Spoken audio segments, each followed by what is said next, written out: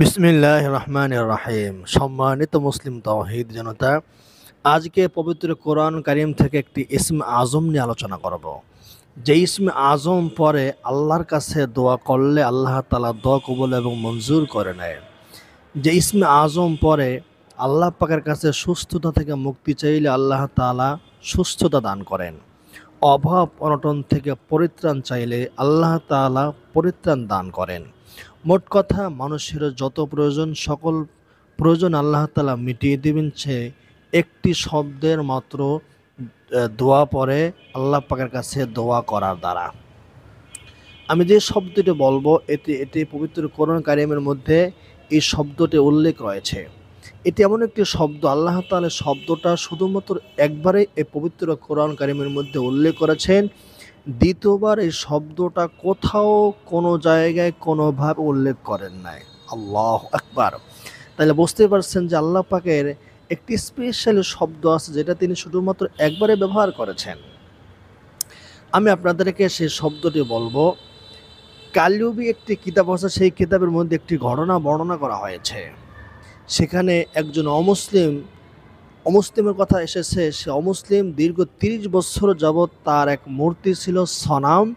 সেই সনাম মূর্তির পূজা করেছিল।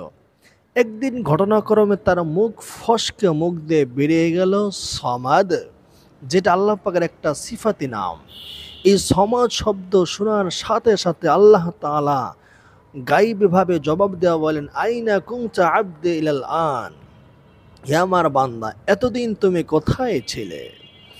ওই লোকটি তখন হতভম্ব হয়ে গেল যে আমি এতদিন আল্লাহকে ডাকি নাই, স্মরণ করে না, আমার মুখ ফসকে বের হয়ে গেছে, তারপরও মুসলমানদের আল্লাহ আমার ডাকে সাড়া দিয়েছেন। আমাকে তো সেই আল্লাহকে ডাকতে হবে, সে আল্লাহর উপর ঈমান আনতে হবে, বিশ্বাস স্থাপন করতে হবে, যা চাওয়ার সব কিছু তার কাছেই চেতে হবে। এর উপর সে অমুসলিম আল্লাহ পাকের উপরে ঈমান আনে। বন্ধুগণ, আমি যেই শব্দটা আপনাদেরকে বলবো সেটি হলো, এই অমুসলিমদের মুখ থেকে বের হওয়া শব্দটাই হলো আজকের আমার আলোচনার শব্দ, আর সেটি হলো আস-সামাদু।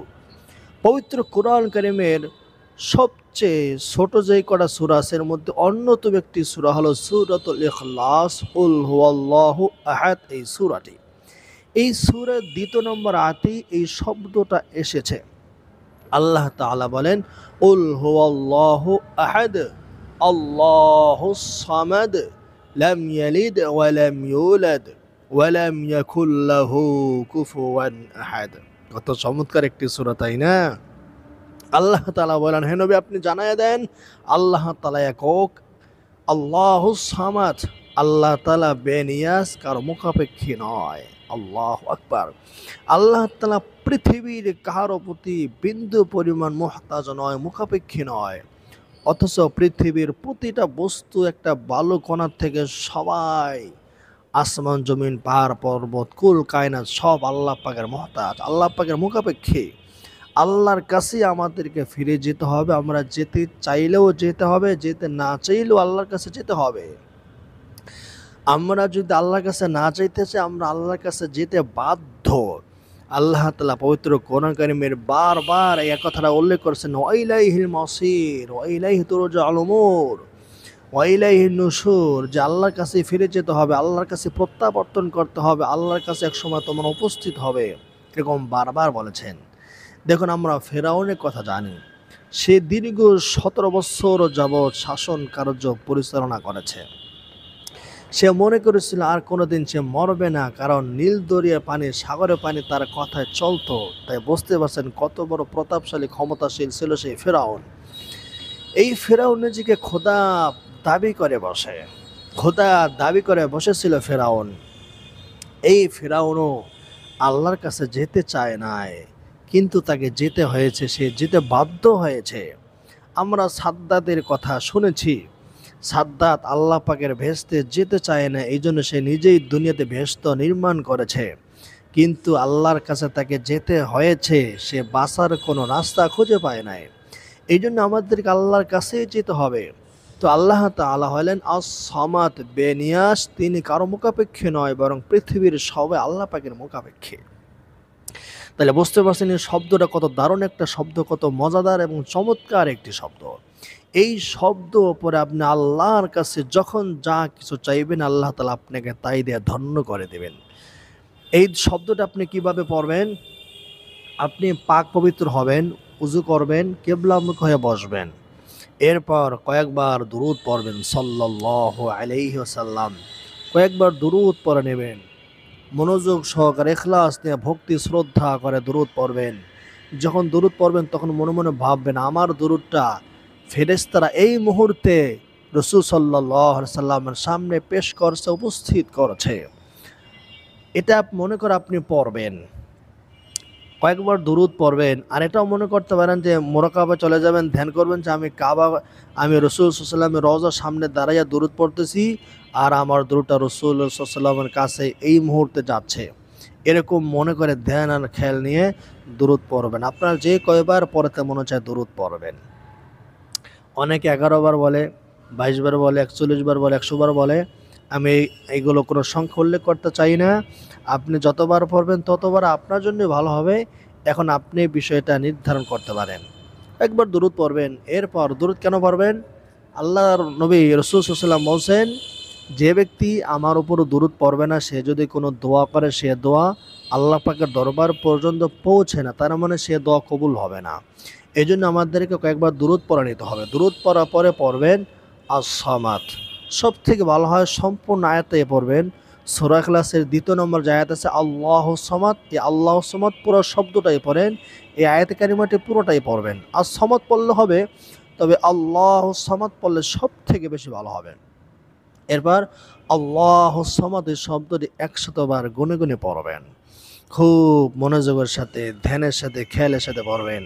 এই অর্থটা যখন পড়বেন তখন আল্লাহ পাক যে মুখাপেক্ষীহীন, আল্লাহ পাক যে ক্ষমতাশীল এই কথা আপনার অন্তরে জাগ্রত রাখবেন। আপনি খেয়াল করবেন যে আল্লাহ তাআলা হযরত ইউনুস আলাইহিস সালামকে মাছের পেট থেকে রক্ষা করেছেন। আল্লাহ তাআলা ইব্রাহিম আলাইহিস সালামকে আগুন থেকে রক্ষা করেছেন। আল্লাহ তাআলা হযরত ইউসুফ আলাইহিস সালামকে কূপ থেকে রক্ষা করেছেন। আল্লাহ তাআলা বিশাল আসমান জমিন বানিয়েছেন, কত পানি বানিয়েছেন। দেখুন পানি, মাটি, এগুলো মানুষ ১ ইঞ্চিও বানাতে পারবে না, এগুলো আল্লাহ তাআলা বানিয়েছেন। এগুলো আপনি মাথায় রাখবেন আর অন্তরে ধারণ করবেন আর মুখ দিয়ে পড়বেন আল্লাহুস সামাদ। দেখবেন আপনার চোখ দিয়ে দর দর দর দর করে পানি পড়ে যাবে। এরকম ১০০ বার মনোযোগ ধ্যানের সাথে পড়বেন। এরপর ১০০ বার পড়ার পরে কয়েকবার আবার পড়ে নেবেন দুরূদ সাল্লাল্লাহু আলাইহি সাল্লাম বা নামাজে দুরূদ, দুরূদ ইব্রাহিম, যে কোনো দুরূদ আপনার পড়তে মনে হচ্ছে সেই দুরূদ আপনি পড়ে নেবেন। পড়ার পরে আপনি এবার আল্লাহর কাছে দুটো হাত তুলে দোয়া করবেন। যখন মোনাজাত দিবেন আলহামদুলিল্লাহি রাব্বিল আলামিন এই কথা বলে মোনাজাতে হাত উঠাবেন। অনেকে মোনাজাত যখন হাত উঠায় তখন বলে আল্লাহুম্মা আমিন। এটা কিন্তু ভুল কথা ভাই। আল্লাহুম্মা আমিন অর্থ হলো হে আল্লাহ আপনি কবুল করেন। এখন আপনি কোনো কিছু বললেন না আর বলে ফেলেন আল্লাহ কবুল করেন, এটা তো হলো না। আপনি আগে দোয়া করবেন, তারপরে শেষে গিয়ে বলবেন আল্লাহুম্মা আমিন, হে আল্লাহ আমি যা কিছু চেয়েছি আল্লাহ সব কিছু আপনি কবুল করে নেন। এক হাদিসের ভিতরে এসেছে একজন সাহাবী খুব কান্নাকাটি করে দোয়া করেছিলেন। তখন নবীজি সাল্লাল্লাহু আলাইহি ওয়াসাল্লাম বলছেন, এই বান্দা যদি তার দোয়ার মধ্যে মোহর মেরে দেয় তাহলে কবুল করা হবে। একজন সাহাবী বললেন, ইয়া রাসূলুল্লাহ মোহর কি জিনিস? নবীজি সাল্লাল্লাহু আলাইহি ওয়াসাল্লাম তখন বললেন, মোহর হলো দোয়ার শেষে আমিন বলা। তাহলে যে আমিন দোয়ার শেষে বলতে হয় সে আমিন আমরা দোয়ার শুরুতে বলি, এটা খেলাফে সুন্নাত, সুন্নতের বিপরীত। এজন্য বন্ধুগণ আপনারা আমিন দোয়ার শেষে পড়বেন। দোয়া যখন শুরু করবেন তখন আলহামদুলিল্লাহ রাব্বিল আলামিন পড়বেন এবং দুরূদ পড়বেন সাল্লাল্লাহু আলাইহি সাল্লাম। এবার আপনার যেটা চাওয়া দরকার সেটা চাইবেন। যখন দোয়া সমাপ্ত করবেন তখনও পড়বেন আলহামদুলিল্লাহ রাব্বিল আলামিন সাল্লাল্লাহু আলাইহি সাল্লাম, এরপরে বলবেন আমিন, বা শেষ দোয়া শেষ। এইভাবে দোয়া করবেন, ইনশাআল্লাহ আপনার যাবতীয় আল্লাহ তাআলা প্রয়োজন পূরণ করে দেবেন ইনশাআল্লাহ। আল্লাহর উপর আপনাকে বিশ্বাস রেখেই দোয়া করতে হবে, তাহলে অবশ্যই আপনি কাঙ্ক্ষিত ফলাফল হাতে নাতে দেখতে পাবেন, স্বচক্ষে দেখতে পাবেন। আল্লাহ তাআলা আমাদেরকে আল্লাহর উপরে পরিপূর্ণ বিশ্বাস এবং আস্থা নিয়ে দোয়া করার তৌফিক দান করুন, আমিন। আপনি এই দোয়াটি পরে যদি গুনাহ থেকে মাফ চান আল্লাহ তাআলা গুনাহ থেকে মাফ করে দেবেন। এই দোয়াটি পরে আপনার যাবতীয় যা চাইবেন ভাইরা আমার, বন্ধুরা আমার, সব কিছু আল্লাহ তাআলা দিয়ে দেবেন। আল্লাহ তাআলা আমাদেরকে কবুল করুন।